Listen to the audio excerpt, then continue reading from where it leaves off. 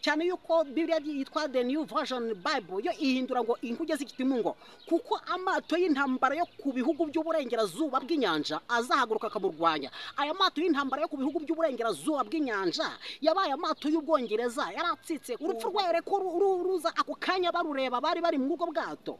Mu bantu bapfuye hari n'abanyamerika bapfuyemo abaturage ba civili b'abanyamerika bagera ku 128 nabo baguye muri ubwo bwato. Burusiya, Ubufaransa n'Ubwongereza byari byarasinye triple attente. None Uburusiya butewe n'Ubudage buhera ko buhamagara Ubufaransa ati mudutabare. Ubufaransa bwahere ko buza mu ntambara buza gutabara inkuge z'igitimu ziturutse kuri Leta Zunze Ubumwe za Amerika ku itegeko rya Wilson.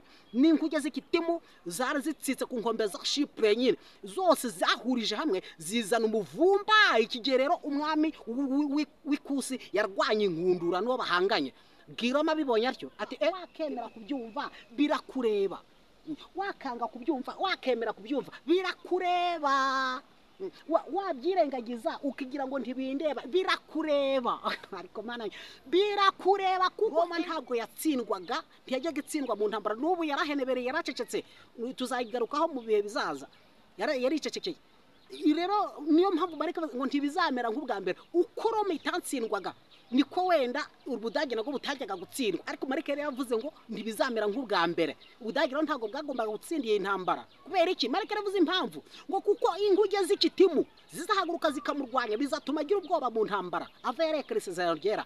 Izi nkuge z'igitimu zabaye inkomi yo gukoma mu nkokora Ubudage cyangwa umwami Kasikasi ngo ntatsinde iyi ntambara. Izi nkuge z'igitimu zabaye izi. Kuko niko intambara ya mbere y'isi yose yakongejwe. Ariko azaza cy'intambara zishire, azaza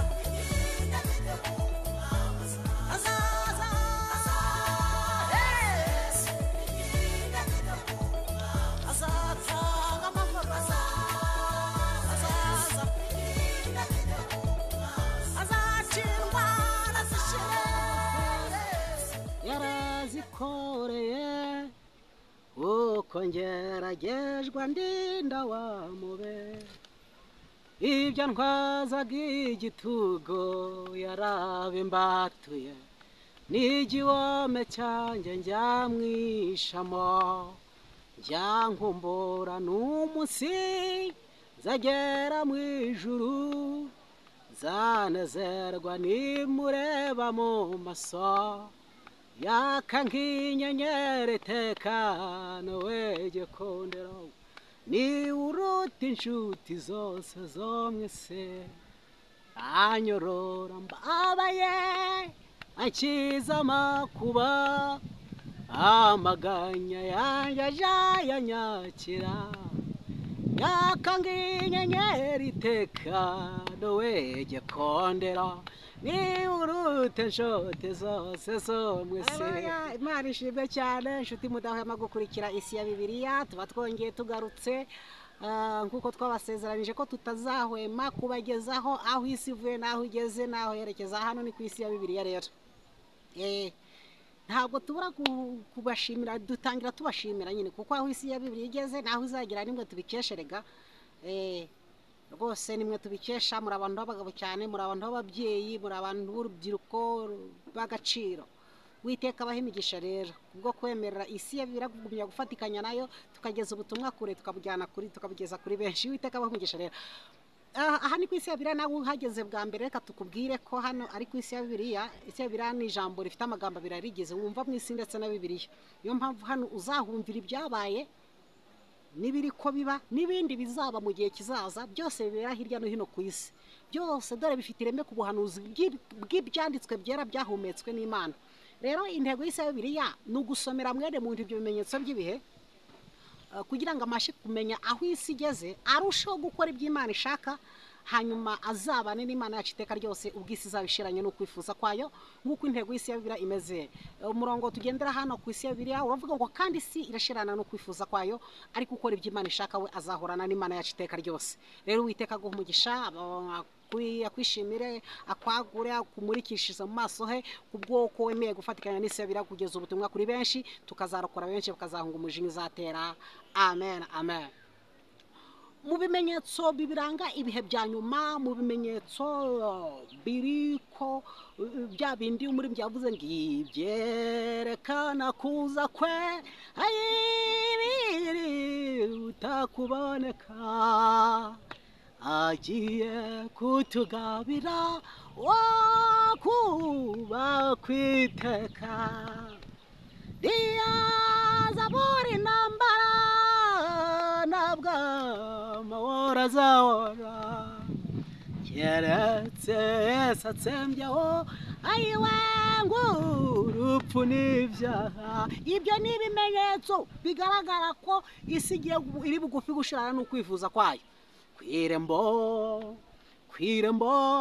ubari kwirembo nukwaraje Yesu azaza kandi ageze kwirembo. Nukuri ibyerekana kuza kwe birihuta kuboneka, aribyo Yesu yavuze. Ndagira ngo twongere dusubukure. Ejo twasubitse ibice bimwe tubona mu byerekana kuza kwe twabonye amagare n'amafarashi n'inkuge byo mu kirere n'ibyo mu nyanja n'ibyo ku butaka. Tubonamo za Studebaker, tubonamo za German 8mm flight gun, tubonamo za amafarashi yo mu kirere, tubona Mitsubishi A6M. Ariko tuzabigarukaho mu rwego rwo gukangura mwene muntu. Hari etape tugeraho bitume tubigarukaho kugira ngo tubashe kubyumva neza. Tubonamo za Hellcat, hari n'izindi, hari n'andi mafarasi nayo tuzagenda tugarukaho kugira ngo turebe aho isi igeze, turebe ko twakangura benshi mwene muntu akanguke. Niyo mpamvu hano ku isi yabere turakubwira ngo erega wakanga kubyumva wakemera kubyumva birakureba, wakanga kubyumva wakemera kubyumva birakureba, wabyirengagiza ukigira ngo ntibindeba birakureba. Ariko mana birakureba kuko ejo biragutungura. Byaba byiza rero wanze ko bigutungura, ahubwo ukabaho uzi ko bizaza. Ko igihe turi kuma tugenda dusatira nguko umwanditse bivuze ngo uko iyo minsi igenda irushaho gushira niko bya bihe bigenda birushaho kutwegera. Murero agace ejo twasubitse tugeze ku murongo wa 7 w'igice cya 24 cy'ubutumwa bwiza bwanditswe bwanditswe na Matayo. Bumbura Bibiliya yawe dusome Matayo igice cya 24 umurongo wa 7. Hageze hati ishyanga rizatera irindi shyanga n'ubwami buzatera ubundi bwami. Iyo kuri B niho kuri A niho nashakaga, B yaho naho tuzahakora. Iyi A niyo nashakaga, ishyanga rizatera irindi shyanga n'ubwami buzatera ubundi bwami. Uwo murongo niyo ngira ngo tugarukeho turebe bimwe mu bimenyetso, bindi bimenyetso bigaragaza ko bwa bwami bwenda gushira. Abanyabyaha bamaze gukabya kuri wa murongo, kuba twabanye cyagi, kuba tudahwema gukurikirana isi yabiramgira ngo muhita ko mubyumva ko ikice kiba cyaratambutse, ariko n'ubundi kiba kizongera kikagaruka mu bundi buryo bitewe n'aho iminsi igeze. Iyo ngaruye agace runaka ntabwo ngigarura kwa kundi nagitanze, mba nkigaruye mu yindi evaluation y'uburyo ubuhanuzi buri kuyirute buri gusohora. Niyo mpamvu uzajya wumva hari umurongo twavuze ukabona turawugaruye. Ntabwo ari ukukunda cyane, ahubwo ni ukubera si ikimenyetso kiba cyagaragaye ku isi. Bigaragara rero umurongo uravuze ngo azatera irindi shyanga ngo ubwami butera ubundi bwami. Iki ni ikimenyetso Yesu yari yaravuze agaragaza ko ibihe bya nyuma ku isi iri bugufi gushirana n'ukwifuza kwayo, ko abakozi b'Imana bagiye kubana n'Imana yacu iteka ryose, ariko abakozi b'Imana idashaka nyine bagashirana n'isi uko izabishiranye n'ukwifuza kwayo. Iri shyanga gutera irindi shyanga n'ubwami bugatera ubundi bwami byashaka kuvuga iki? Iminsi y'imperuka yagaragaje kimwe muri ibyo bikorwa, nk'uko Daniyeli yari yaranditse ku murongo wa 30 ku gice cya 11. Aravuga ngo nuko mu gihe cyategetswe umwami Kasikasi azasubira gutera ikusi, n'uwikusi nawe amutere, nk'uko ejo twabonye ngo abazaterana bombi. Ngo ariko muri yo mbara ngo ntabwo bizamera nk'ubwa mbere, kuko inkuge z'ikitimu zizahaguruka zikamurwanya, bigatuma agira ubwoba mu ntambara, akava yarekariye isezerano ryera. uyu mwami Kasikasi wagarutse wamanutse mu minsi yategetswe akajya gutera ukusi byari bigenze gute kubera kwese yari yavuze ko ishyanga rizatera indi shyanga n'ubwami bigatera ubundi bwami rero ngira ngo ngubwire mwene muntu aho uherereye nubona ishyanga ritera indi shyanga n'ubwami bigatera ubundi jya umenya ko atari ibintu bije gutyo gusa ari impanuka biba biri gusohoza ya minsi iri kugenda irushaho kwegera mwene muntu ibi biherutse kubaho rero mu kwezi kwa gatandatu kw'igihumbi 1914 uko ishyanga ryagarutse rikajya gutera indi shyanga ukura murongo Dani yavuze ngo umwami Kasikasi zahaguruka agiye gutera ikusi uko niko ishyanga ryamanutse rijya gutera irindi shyanga gute rero muri uku kwezi kwa gatandatu kw'igihumbi 1914 igikomangoma cya Autriche Hongria bwana François Ferdinand we n'umugore we ubwo bari mu modoka i Sarajevo muri Bosnia bari gutembera nyine cyangwa se bari mu butumwa bw'akazi habonetseho icyebe cy'umuserbe cyaraje kiramuturitsa François Ferdinand we n'umugore bapfira muri iyo modoka bari barimo igikomangoma cya Autriche Hongria akimara gupfa Ubudage bwahereye ko buhatira Autriche Hongria kuko bwari bwarasinyanye amasezerano na Autriche Hongria n'Ubutaliyani inyabutatu y'ibihugu byiyunze Triple Alliance bwari Ubudage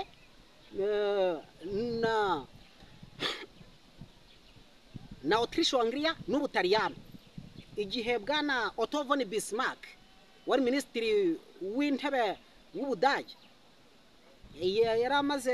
yari minisitiri w'ububanyi n'amahanga w'Ubudage yari amaze gusinyanya n'amasezerano y'ibihugu byombi kubera ko yangaga ibintu by'ubushotoranyi cyane ariko Guillaume wa kabiri amaze kwima ingoma mu Budage ko yehere ko yirukana bwana Otto von Bismarck aramukuraho ariko Guillaume y'amasezerano yo kuvuga ngo ubushotoranyi nta bushaka we yimakaje cyane ubundi by'ubushotoranyi ibi rero nibyo byatumye aya masezerano Otto von Bismarck yari yasize asinye Ubudage bwakomeje kuyagenderaho bigumya kugira n'ubucuti na Autriche Hongria n'Ubutaliyani niko rero François Ferdinand amaze gupfa Ubudage bwahereye kubuhatira Autriche Hongria kwihorera kuri Serbia urumva bari bababwiye ati niba bakinisha tuzabatabara kubera ko dufitanye amasezerano y'ubumwe bwiyunze Triple Alliance dufitanye amasezerano y'ubumwe bwiyunze nihagira ubakinisha tuzabaza tubafashe tumudihe tumusike tumuhindura ivumbi we ubwo rero Ubudage bukimara kwizeza Autriche Hongria ko uzayitabara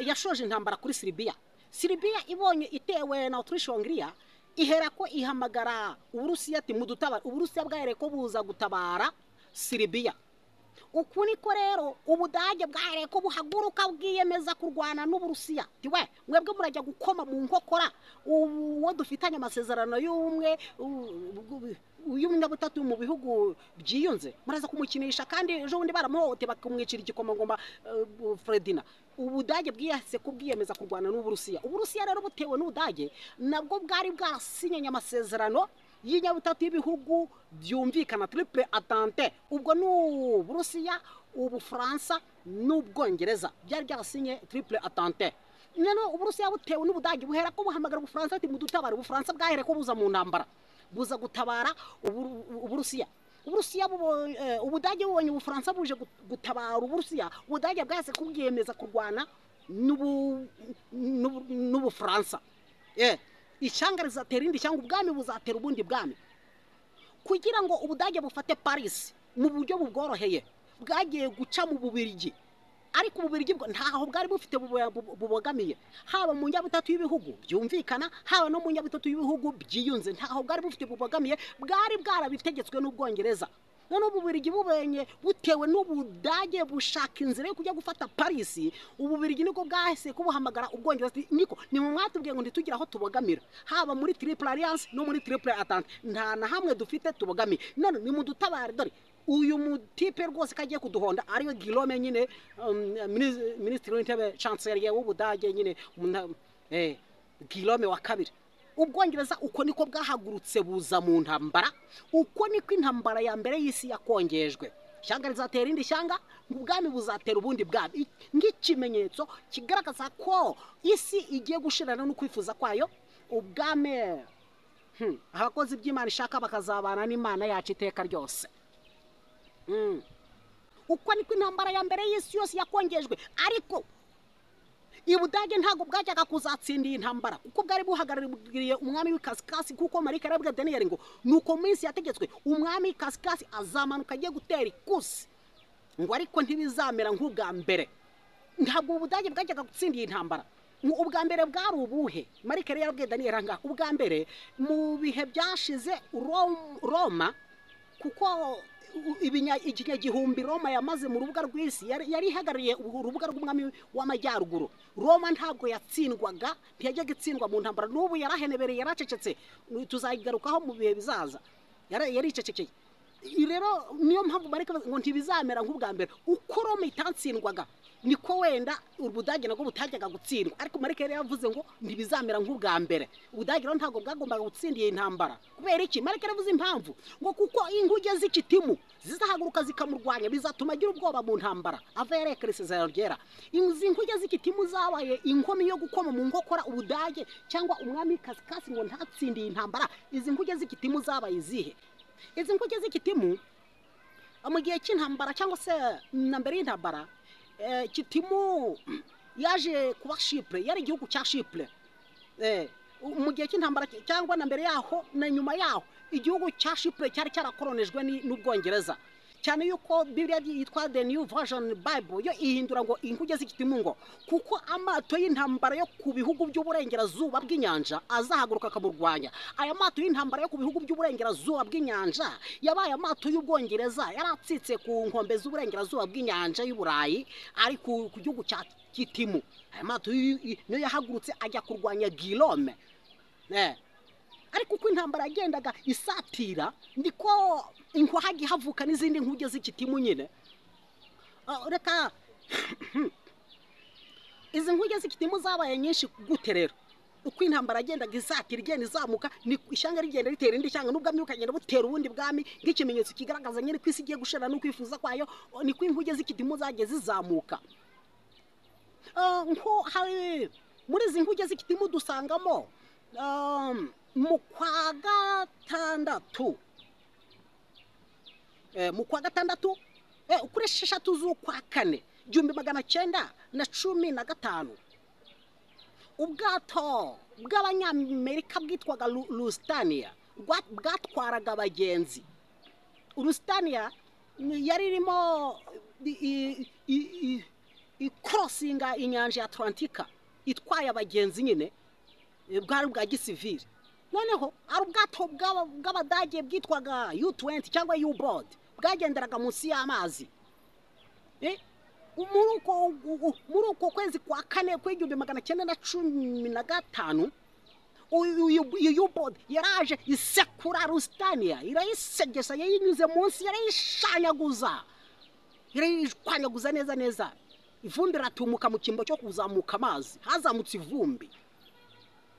Iyi Lusitania imaze gusekurwa ni U-boat y'Abadage, yahereye ko isinkinga. Uku gusinkinga kwa yarazitse hari mu majyepfo nyine, mu majyepfo ya Ireland, ku nkombe y'amajyepfo ya Ireland, niho iyi U-boat yasekuriye Lusitania, irasinkinga, hapfamo ako kanya abantu bagerenga 200,000.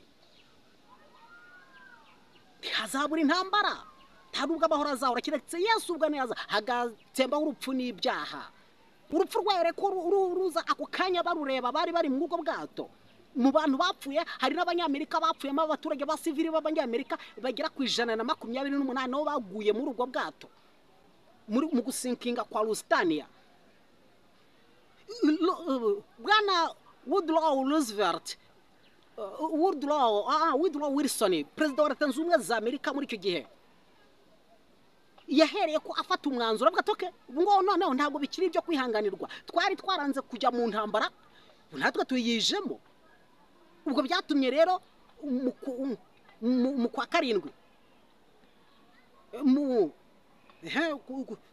karindwi ku itariki 5 z'Igihumbi 1917, Bwana Wilson yohereje inguge z'ikitimu n'amato y'intambara y'abanyamerika aza kunganira za nguge z'ikitimu ayo mato y'Ubwongereza yaratsitse ku nkombe ya Chypre. None ayo mato yaretse z'Ubumwe za Amerika yahereko aza yikombatanya na yandi rero y'intambara yajyaga asekuranya Guillaume.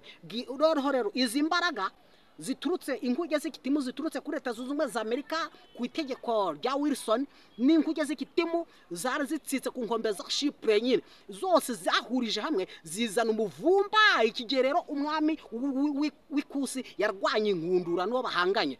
Guillaume abibonye atyo ati none ndapfuye basha, ni ukuri ko Imana none aha ngaho ntabwo nabasha kugira, abigirana ipfunwe ahera ko arahunga ajya mu Buholandi mu 1918.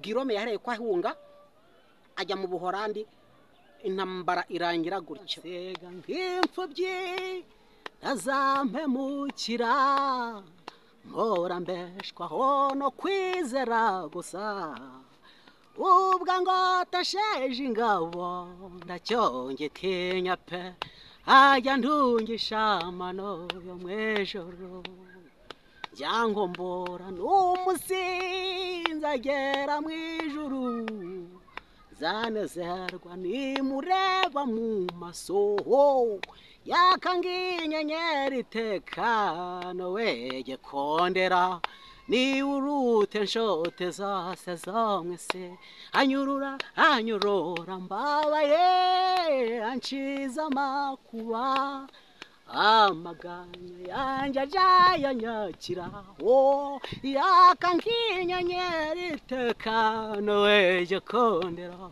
ni urute nshote zose zomwese, anyorora mbabaye. Haleluya! Atwurura tubabaye nubwo isi imeze gutyo, nubwo isi yugarijwe n'ibyo byago n'ibindi bikabigiye kuza bisa nabyo, ariko ntabwo azadusiga nk'imfubyi. Haleluya, haleluya! Wowe kora ibyo Imana ishaka kugira ngo uzarusheho kubana n'Imana yacu iteka ryose.